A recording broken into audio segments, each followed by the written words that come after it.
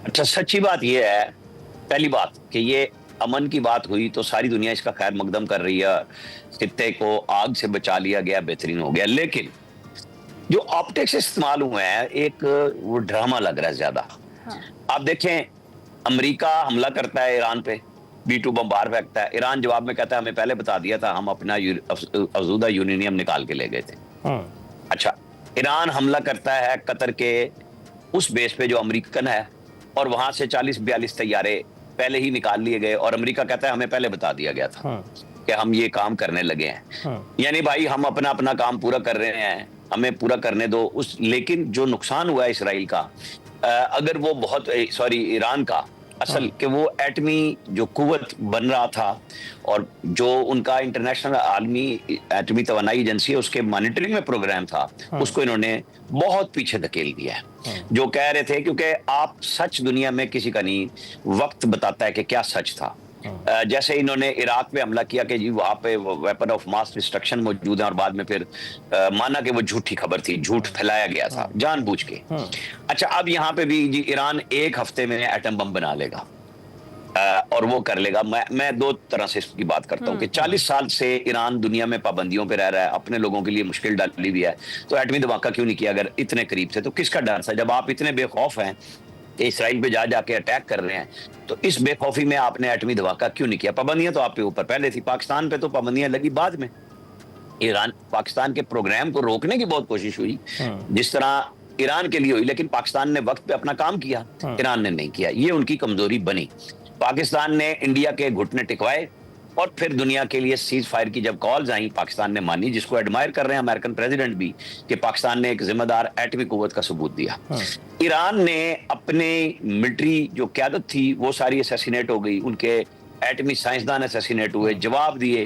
वो खबर जरूर बनी, पैनिक फैला तल अबीब में पहली दफा कि उनके आयरन ड्रोम को नुकसान हुआ, लेकिन हुआ ये कि 100 आप मिसाइल फेंक रहे हैं, उनमें से 3-4 जाके निशाने पे लगते हैं। उससे वहां पे पैनिक जरूर हुआ, लेकिन आप देखें ना कि वहां बात सिर्फ 24 रिपोर्ट हुई हैं, यहाँ 1000 के करीब हुई हैं। इंफ्रास्ट्रक्चर ईरान का तबाह हुआ है, वहां चंद बिल्डिंगें, लेकिन ईरान की जो हसास बिल्डिंग्स थी जिसमें उनका ज्यादा सिक्योरिटी बेसिस थे, वो ईरान की एयरफोर्स जीरो हो गई, एयर डिफेंस सिस्टम खराब हुआ।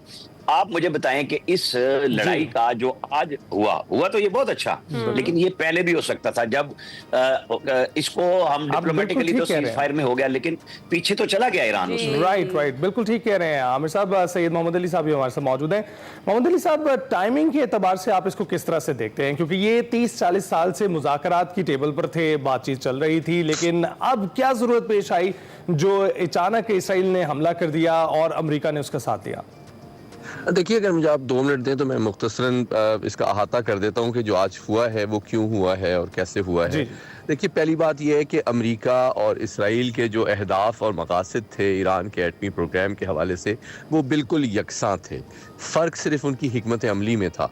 अमेरिका ने पिछले 20 साल में ईरान के ऊपर सफारती दबाव और माशी पाबंदियों को इस्तेमाल किया उनके एटमी सलाहियत को महदूद करने के लिए, जबकि इसराइल ने बराह रास्त फ़ौजी कार्रवाई की। दोनों की हिकमत अमली मुख्तलिफ, लेकिन मकासद एक थे। और फिर जब आपने देखा कि 10-12 दिन के अंदर जब इसराइल की जाहिरियत के बावजूद उनके मकासद हासिल नहीं हुए और मुअस्सर और फैसला कुन तबाही उनके एटमी प्रोग्राम को नहीं पहुंची, तो फिर अमेरिका बराह रास्त इस जंग में शामिल हुआ और उसने बराह रास्त कार्रवाई की। तो अब आज जो अपने सदर ट्रंप के ट्वीट के ज़रिए से जो ऐलान सुना है, उसके 4 वजूहात हैं, उसकी टाइमिंग की भी 4 वजूहात हैं। नंबर 1 ये कि सदर ट्रंप जब उन्होंने फैसला किया कि ईरान के ऊपर बराह रास्त उनकी जौहरी तनसीबात पर हमला करना है, तो उन्होंने ऐलान किया कि हमने अपने अहदाफ हासिल कर लिए हैं और हम मज़ीद जंग नहीं चाहते। उसके बाद नेतन्याहू साहब ने भी कहा, और एक तो उन्होंने शुक्रिया अदा किया सदर ट्रंप का, और फिर उन्होंने भी कहा कि हम मजीद जंग नहीं चाहते।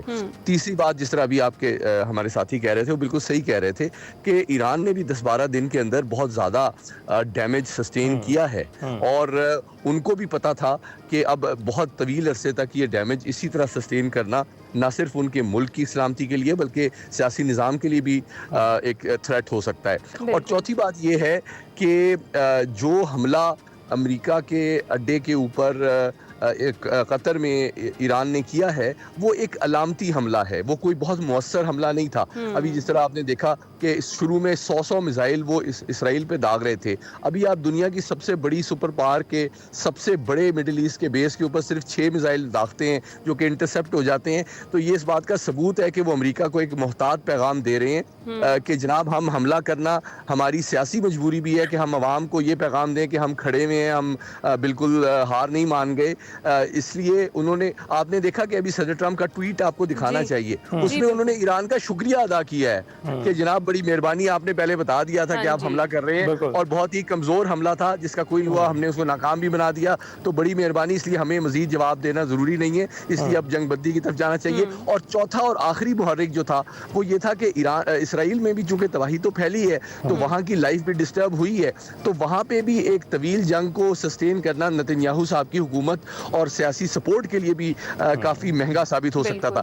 ये चार वो मुहर्रिकात हैं जिससे ये साबित होता है कि अभी चाहे अमेरिका हो, इसराइल हो या ईरान। बिल्कुल दुरुस्त फरमा रहे हैं आप मोहम्मद अली साहब।